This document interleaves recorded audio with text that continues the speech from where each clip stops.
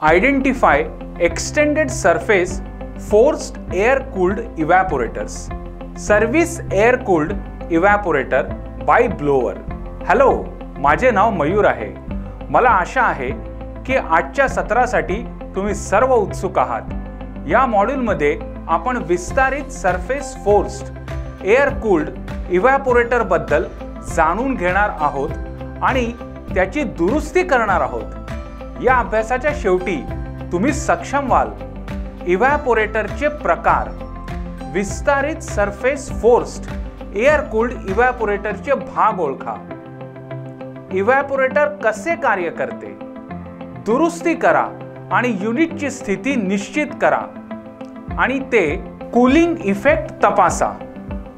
आता हा अभ्यास करण्यासाठी लागणारी उपकरणे, साहित्य आणि साधने पाहूया. आवश्यक टूल्स किंवा साधने: डबल एंडेड स्पॅनर 1 नग, स्क्रू ड्रायव्हर सेट 1 नग, कटिंग प्लायर 6 इंच 1 नग, लाईन टेस्टर 1 नग, screwdriver, plastic handle 6 millimetre tip लांबी 100 मिलीमीटर 1 नग, screwdriver plastic handle 10 millimetre tip लांबी 200 मिलीमीटर 1 नग, 200 मिलीमीटर लांब नाक पक्कड 1 नग, रासायनिक फवारणी पंप 1 नग, फिन कॉम्ब 1 नग, टी हँडलसह ॲलन की फिट 1 नग, हँड एअर ब्लोअर 1 नग, ट्रॉली 1 नग.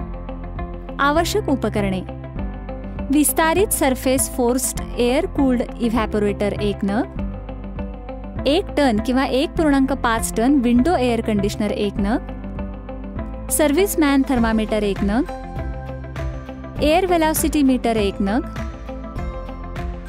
आवश्यक साहित्य: साफसफाईचे कापड 1 नग, स्प्रे केमिकल, नायलॉन ब्रश 1 नग, स्वच्छ सुती कापड, साबणाचे द्रावण, प्लास्टिक मगसह पाण्याची बादली, गॉगल्स, तोंडाचा मास्क, हँड रबरचे हातमोजे. इव्हॅपोरेटरचे कार्य हवेतून उष्णता शोषून घेणे आहे, जे रेफ्रिजरेशन चक्रात थंडपणा निर्माण करण्यासाठी आवश्यक आहे. इव्हॅपोरेटरमध्ये रेफ्रिजरंट असलेल्या कॉईल असतात, ज्यात इव्हॅपोरेटरचा प्राथमिक घटक असतो. इव्हॅपोरेटरचे कार्य म्हणजे मोकळ्या जागेतील किंवा आसपासच्या माध्यमातील उष्णता शोषून घेणे, जे रेफ्रिजरेशनद्वारे थंड केले जाते. पदार्थामधून उष्णता काढून पदार्थ थंड किंवा रेफ्रिजरेटेड करण्याची प्रक्रिया इव्हॅपोरेटरमध्ये केली जाते. हवा, पाणी इत्यादी द्रव पदार्थातून उष्णता काढून टाकण्यासाठी द्रव रेफ्रिजरंटचे बाष्पीभवन कॉईल किंवा शेल इव्हॅपोरेटरच्या आत केले जाते. इव्हॅपोरेटर विविध आकार, प्रकार आणि डिझाईन्समध्ये विविध प्रकारचे शीतकरण आवश्यकतांनुसार तयार केले जातात. प्रणाली सामान्यतः 3 मुख्य श्रेणींमध्ये मोडतात: रेफ्रिजरेशन सिस्टीम्स, एअर कंडिशनिंग आणि चिलर्स. निवासी आणि व्यावसायिक रेफ्रिजरेशन सिस्टीम हे थंड करण्याच्या उद्देशाने डिझाईन केलेले मोठ्या प्रमाणातील उपकरणे आहेत. त्यांच्या बांधकामाच्या आधारे या प्रणालींमध्ये कार्यरत बाष्पीभवकांचे वर्गीकरण केले गेले आहे. बेअर ट्यूब बाष्पीभवक: बेअर ट्यूब इव्हॅपोरेटर एकतर तांबे ट्यूबिंग किंवा स्टील पाईप्सचे बनलेले असतात. लहान इव्हॅपोरेटरमध्ये तांब्याच्या नळ्या अमोनिया व्यतिरिक्त इतर रेफ्रिजरंटसह वापरल्या जातात, तर अमोनिया आधारित रेफ्रिजरंट वापरणारे मोठे स्टील पाईप्स वापरतात. या इव्हॅपोरेटरमध्ये अनेक ट्यूबिंग राऊंड असतात, अनेकदा सपाट, झिगझॅग किंवा अंडाकृती ट्रॉम्बोन आकारात. ते सामान्यतः द्रव थंड करण्यासाठी वापरले जातात. ब्लास्ट कूलिंग आणि फ्रीजिंग प्रक्रियेदरम्यान सभोवतालची हवा बेअर ट्यूब इव्हॅपोरेटरमधून वाहते आणि नंतर थंडगार हवा थंड करण्यासाठी वापरली जाते. बेअर ट्यूब इव्हॅपोरेटर मर्यादित प्रमाणात वापरले जात असताना फिन केलेले बाष्पीभवक, जे अनिवार्यपणे पंखासह बेअर ट्यूब बाष्पीभवन आहेत, मोठ्या प्रमाणावर वापरले जातात. प्लेट सरफेस इव्हॅपोरेटर: प्लेट आकाराचे इव्हॅपोरेटर तयार करताना तांबे किंवा ॲल्युमिनियमची कॉईल प्लेटमध्ये घातली जाते. बाहेरून एकाच प्लेटच्या रूपात दिसत असताना आतील बाजूने प्लेट इव्हॅपोरेटरमध्ये रेफ्रिजरंट अभिसरणासाठी मेटल ट्यूबिंगचे अनेक वळण असतात. त्यांची मजबूती बाह्य प्लेटद्वारे वाढवली जाते. सुरक्षितता सुनिश्चित करते आणि मेटल ट्यूबमधून थंड केलेल्या पदार्थात कार्यक्षम उष्णता हस्तांतरण सुलभ करते. शिवाय प्लेट बाष्पीभवक स्वच्छ करणे सोपे आणि उत्पादनासाठी किफायतशीर आहे. प्लेट प्रकार हीट एक्सचेंजर्स विशिष्ट अनुप्रयोग गरजा पूर्ण करण्यासाठी विविध कॉन्फिगरेशनशी जुळवून घेतात. घरगुती रेफ्रिजरेशनमध्ये प्लेट्स बंद बॉक्समध्ये तयार केल्या जाऊ शकतात किंवा मोठ्या बाष्पीभवनांसाठी एकत्र जोडल्या जाऊ शकतात. प्लेट बाष्पीभवकांना त्यांच्या अष्टपैलुत्वामुळे आणि फायद्यांमुळे freezer shelves, divider, frozen food display, ice cream cabinet आणि सोडा फाउंटनमध्ये विस्तृत अनुप्रयोग आढळतो. फिन ट्यूब बाष्पीभवक. बेअर ट्यूब इव्हॅपोरेटरमध्ये फक्त पंख जोडून कोणीही त्यांचे फिन इव्हॅपोरेटरमध्ये रूपांतर करू शकते. बेअर ट्यूब इव्हॅपोरेटरमध्ये पृष्ठभागाच्या लहान भागामुळे शीतकरण द्रव त्याचा बराचसा शीतकरण प्रभाव गमावतो, कारण ते कॉइलच्या पृष्ठभागाशी थेट संपर्क न करता प्रामुख्याने ट्यूबिंगच्या खुल्या अंतरातून प्रवास करते. ही अकार्यक्षमता बेअर ट्यूब बाष्पीभवन कमी प्रभाव करते. या बाष्पीभवकांवरील पंख संपर्क पृष्ठभागाचे क्षेत्रफळ वाढवून उष्णता हस्तांतरण वाढवतात, ज्यामुळे ते त्यांच्या बेअर ट्यूब समकक्षांपेक्षा अधिक कार्यक्षम बनतात. कुंडलीच्या पृष्ठभागावरून पंख बाहेर पडतात. कॉइलशी थेट संपर्क न करणाऱ्या द्रवातून उष्णता काढण्यासाठी अंतराळात पसरतात आणि ते काढण्यास मदत करतात. प्रभावी कार्यप्रदर्शन कॉइल आणि पंख यांच्यातील इष्टतम संपर्कावर अवलंबून असते. पंख थेट कॉइलवर सोल्डर केले जातात किंवा घट्ट थर्मल कनेक्शनसाठी विस्तारित करून त्यावर सरकतात. तथापि एका विशिष्ट बिंदूच्या पलीकडे जास्त संख्येने पंख जोडल्याने कोणतेही अतिरिक्त फायदे मिळत नाहीत. म्हणून ट्यूबच्या बाह्य पृष्ठभागावर फक्त विशिष्ट संख्येचे पंख ठेवले पाहिजेत. Window units, split systems, package units आणि सेंट्रल सिस्टीमसह विविध एअर कंडिशनिंग सिस्टीम एअर कंडिशनिंगसाठी फिन इव्हॅपोरेटर किंवा कूलिंग कॉइलचा वापर करतात. वॉल माउंट केलेल्या स्प्लिट सिस्टीममध्ये इनडोअर युनिट त्याच्या पुढच्या ग्रिलच्या मागे फिन केलेले बाष्पीभवक लपवते. उत्पादक उत्पादनादरम्यान ट्यूबिंगमध्ये अंतर्गत पंख समाविष्ट करून इव्हॅपोरेटरकडून उष्णता संप्रेषण कार्यक्षमता वाढवतात. हे पंख ट्यूबमध्ये विविध अंतर्गत क्रॉस सेक्शन तयार करून तयार केले जातात. ट्यूब किंवा शेल प्रकार इव्हॅपोरेटर. शेल आणि ट्यूब प्रकारचे इव्हॅपोरेटर सामान्यतः मोठ्या रेफ्रिजरेशन आणि सेंट्रल एअर कंडिशनिंग सिस्टीममध्ये वापरले जातात. हे बाष्पीभवक, ज्यांना चिलर्स म्हणूनही ओळखले जाते, ड्रम किंवा शेलमध्ये ट्यूब व्यवस्था वैशिष्ट्यीकृत करतात आणि त्यांना कोरडे विस्तार किंवा पूर आलेले म्हणून वर्गीकृत केले जाते. या चिलर्समध्ये फ्लोट व्हॉल्व, जो विस्तार व्हॉल्व म्हणून दुप्पट होतो, स्थिर रेफ्रिजरंट पातळी राखतो. इव्हॅपोरेटर खालीलप्रमाणे कार्य करते. वातानुकूलित यंत्रणा कार्यान्वित केल्यावर प्रवासी भागातून उबदार हवा बाष्पीभवनाच्या कॉइल आणि पंखावर वाहते.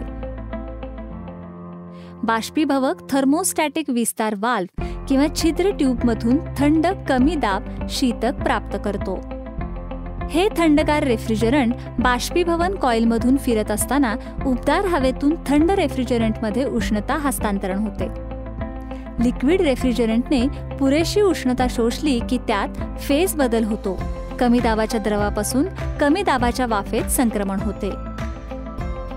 इष्टतम उष्णता हस्तांतरण सुनिश्चित करण्यासाठी थर्मोस्टॅटिक विस्तार वाल्व किंवा छिद्र ट्यूब सिस्टीममध्ये प्रवेश करणाऱ्या रेफ्रिजरंटचे प्रमाण काळजीपूर्वक नियंत्रित करते. हे नियम हमी देते की बाष्पीभवनातून बाहेर पडेपर्यंत सर्व द्रव रेफ्रिजरंटचे वाफ झाले आहे.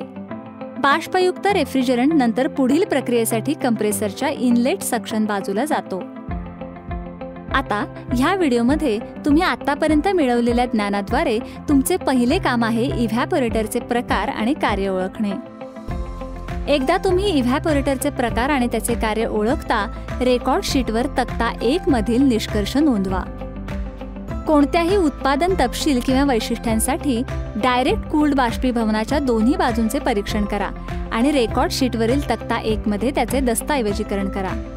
शेल प्रकार बाष्पीभवकांसाठी आकृती 1 पहा. आता ब्लोअरद्वारे एअर कूल्ड इव्हॅपोरेटर कसे दुरुस्त करावे ते पाहू. कार्य 1. कव्हर काढा आणि इव्हॅपोरेटर स्वच्छ करा. कव्हर काढा आणि इव्हॅपोरेटर स्वच्छ करा. इलेक्ट्रिकल जंक्शन बॉक्स प्लास्टिकच्या शीटने झाकलेला असल्याची खात्री करून इव्हॅपोरेटर हाऊसिंग बाजू आणि वरच्या बाजू काढा. फॅन मोटर बेस बोल्ट आणि लॉकिंग ॲलन स्क्रू ब्लोअर जवळ एक योग्य स्क्रू ड्रायव्हर वापरून सैल करा. फॅन मोटरला ब्लोअरच्या शाफ्टपासून वेगळे करण्यासाठी शेक करा आणि बाजूला ठेवा. नायलॉन ब्रशने घासल्यानंतर बाष्पीभवन कॉइलच्या दोन्ही बाजूंना पुसून टाका. कंगवा आणि पंख सरळ करा, नंतर त्यांना रासायनिक स्प्रेने स्वच्छ करा. कंडेन्सरच्या बाह्य साफसफाईच्या प्रक्रियेची पुनरावृत्ती करा. इव्हॅपोरेटर पंखांसाठी समान प्रक्रिया पाळली जाईल याची खात्री करा. कार्य 2. युनिट सर्व्हिसिंग आणि स्थापना. युनिट स्वच्छ आणि योग्य स्थितीत ठेवा. पंख साबणाच्या पाण्याने धुवा आणि त्यानंतर स्वच्छ पाण्याने. नंतर अतिरिक्त ओलावा आणि कचरा काढून टाकण्यासाठी एअर ब्लोअर वापरा. इव्हॅपोरेटर कॉइलचे पंख पुसून टाका आणि युनिट बेस कोरडा करा. जंक्शन बॉक्सला झाकणारी प्लास्टिक शीट काढा. ब्लोअर फॅन स्वच्छ आणि सुरक्षितपणे फिक्स करा आणि फॅन मोटर बेस घट्ट करा. गुळगुळीत रोटेशन सुनिश्चित करा. स्क्रू घट्ट करून हाऊसिंग टॉप कव्हरसह इव्हॅपोरेटर सुरक्षित करा. ट्रॉली वापरून युनिट खिडकीच्या चौकटीजवळ हलवा. हलक्या प्लेसमेंटची खात्री करून काळजीपूर्वक युनिट उचला आणि स्थितीत ठेवा. इव्हॅपोरेटर एअर डिस्चार्ज प्लेनमधून स्वहस्ते फिरवून ब्लोअर आणि पंखे गुळगुळीत फिरण्यासाठी तपासा. एक स्वच्छ फिल्टर स्थापित करा आणि युनिट सुरू करण्यापूर्वी पुढील पॅनेल पुन्हा संलग्न करा. कार्य 3. कूलिंग इफेक्टचे मूल्यांकन. वर्तमान सभोवतालचे तापमान लक्षात घ्या. खोलीचे तापमान मोजा. ग्रिलवर तापमान तपासा. ग्रिलवर हवेच्या वेगाचे मूल्यांकन करा. प्रदान केलेल्या सारणीमध्ये कूलिंग इफेक्ट पोस्ट सर्व्हिसमधील सुधारणा नोंदवा आणि त्याचे विश्लेषण करा. आम्ही अभ्यासाच्या शेवटी आलो आहोत. या मॉड्यूलमध्ये आपण काय शिकलो याची थोडक्यात माहिती घेऊया. आम्ही शिकलो इव्हॅपोरेटरचे प्रकार, विस्तारित सरफेस फोर्स्ड एअर कूल्ड इव्हॅपोरेटरचे भाग ओळखणे, इव्हॅपोरेटर कसे कार्य करते, दुरुस्ती करणे आणि युनिटला स्थितीत निश्चित करणे, कूलिंग इफेक्ट तपासणे. अशा प्रकारे आम्ही विस्तारित सरफेस फोर्स्ड एअर कूल्ड इव्हॅपोरेटरचे भाग ओळखणे आणि ब्लोअरद्वारे त्याची दुरुस्ती करणे शिकलो आहोत. हा अभ्यास तुमच्या प्रशिक्षकाच्या मदतीने करा. धन्यवाद.